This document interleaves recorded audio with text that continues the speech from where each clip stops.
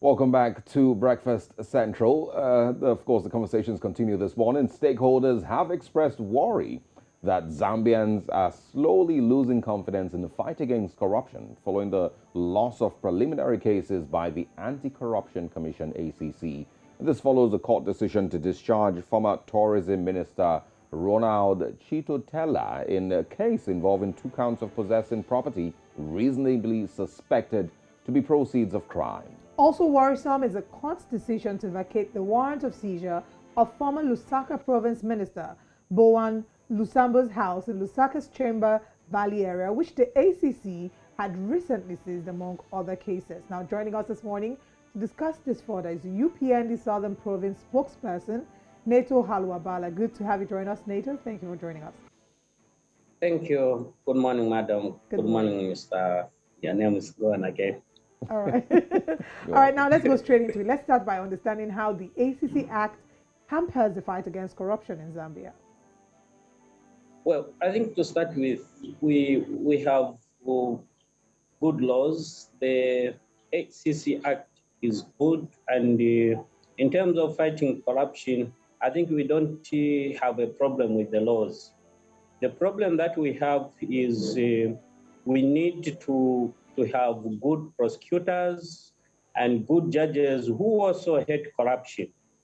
The laws are perfect, but what is the problem is that those who are in charge of investigations, prosecutions, and to make a final judgment are the people who are compromised.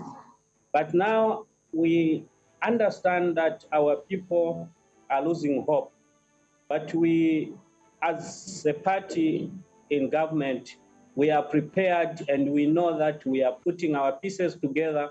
I'm sure you are aware that last week the Minister of Justice dissolved the National Prosecution Authority.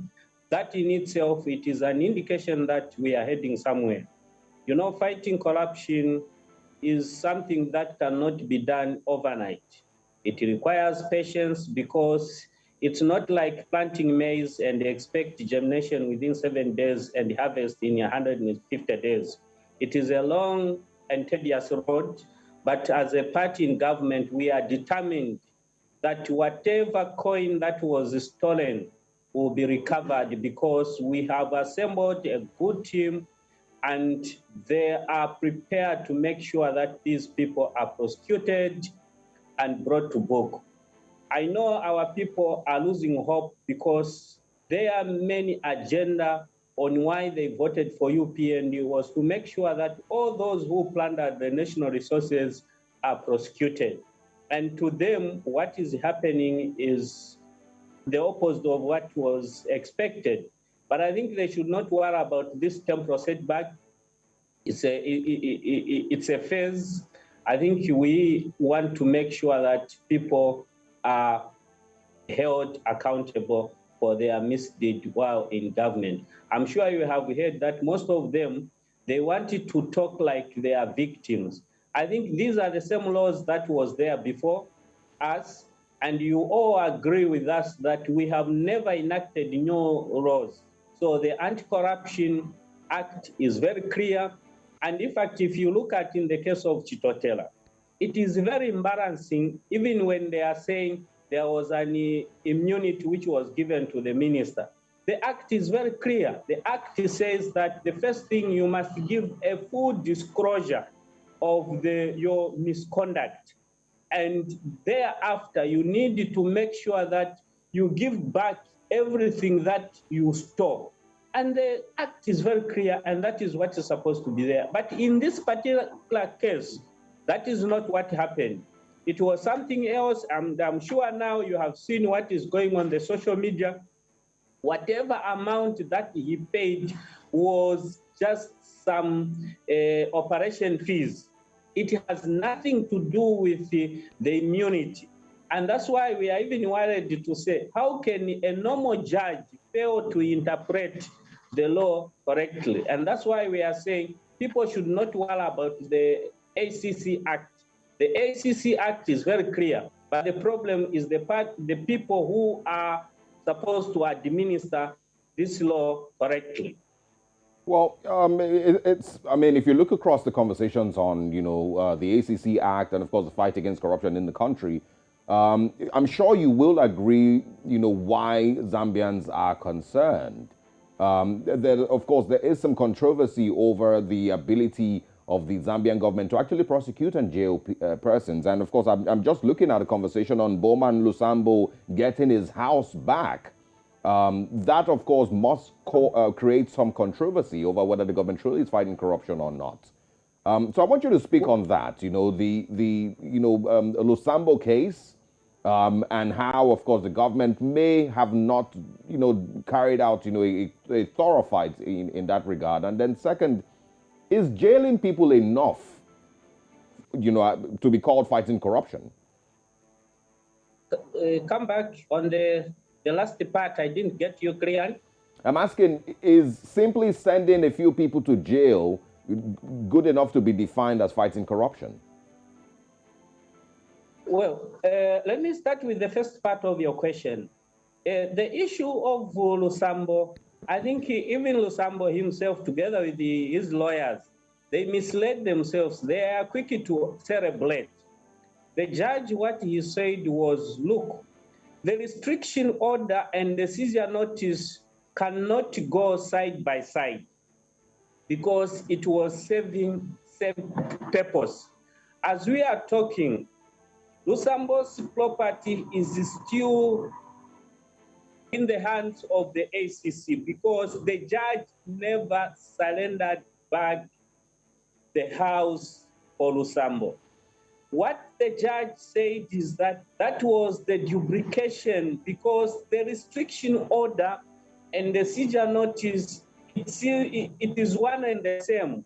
What it meant is that if something is seized from you, it means you have no access to that property. So that seizure notice, according to the judge, was more than enough alone to serve the whole purpose. So that is where the anti-corruption were advised that can you cancel one, of which the ACC, according to them, they are still saying, I think it doesn't matter. You can have the two move together. So that, I think it was just trying, the judge was also trying to play gymnastics, which at a later stage, I think we will know who is being serious. The second part is that, look, the fight against the corruption is not all about seeing people being jailed. I think we are in a hurry to recover what was stolen. I'm sure 3-4 months ago, we recovered some colossal amounts of money from a certain lady called Faith. And then the government said the most important thing is to make sure that those who stole are made to bring back what they stole. And those who are not willing to bring back, we have no option as a government to send them to jail because jailing someone is a deterrent. It is a signal to show those who will be possible plunderers in the future that once you steal, you'll be jailed. But the primary objective of fighting corruption is to make sure that one, no one is able to steal. Two, those who have stolen should be made to account what was stolen. So the people of Zambia should not lose focus. We are on a course, and this fight against corruption is not an event, it's a process. And this process will go on. I'll remind you that this corruption has been going on for the past 10 years. Anyway, it's even more than 10 years, but I want to restrict myself to the past 10 years because this is where the constitution indirectly was suspended and the corruption was part of governance in Zambia. And that's why when you are fighting corruption for a regime, on a regime that was in power for 10 years, it is not something that you can win within a day. Okay. So people should have patience. We are very much prepared to make sure that we deal with those who were stolen. No. I'm sure recently you heard our Republican president making announcement that very soon you'll be told how much we have recovered so far. Great. There are certain announcements that have not been made. Kindly hold on in the interest of time, so we can just throw in a final question and let you go. Yes, very true. Okay. Very quickly, we'd like you to, you've talked about recovering, letting us know the amount that has been recovered. Do you have positive hopes that, or do you have hope that this money will be used the right way? And also, there have been allegations that what is happening there is that the poor people are being the ones targeted and the rich ones are getting away. What are your thoughts on this? Come again? I said you had mentioned about the monies that will be recovered and the fact that we would be informed of how much has been recovered so far. I'm asking if you have hope that this money will be used the right, will be used judiciously. And also, there have been reports that a lot of these arrests are targeting poor people and leaving out the wealthy ones. What would you say about this? Thank you. Well, to start with, let me answer the question that whether this money which is being recovered will be used prudently. I think we've already set a precedence. The money that I talked about, which was recovered, we immediately redirected to bursaries. So on top of the number of people who were supposed to be put on bursary, there was another extra 2,500 somewhere there in the neighborhood of 2,500 students because of the same recovery. So what we are doing as a government is that whatever is recovered, it is immediately pushed into the economy, in our economy. So that is our position. Okay. The second part of your question is, are we targeting certain individuals? The answer is no. What we are trying to do is that we want to make sure that everyone who stole is made to account. But the problem that we have is that, as I said, we have compromised judges. And this is where now we want to make sure that those judges Mr. who Neto, are compromised are dealt with the judicial Mr. Neto, authority. We apologize. We apologize. Because of time, we of course have run out of time for this particular conversation. But I understand how important it is to the people of Zambia, and so we will be bringing you back as quickly as possible. Thank you so much for your time this morning. Thank you.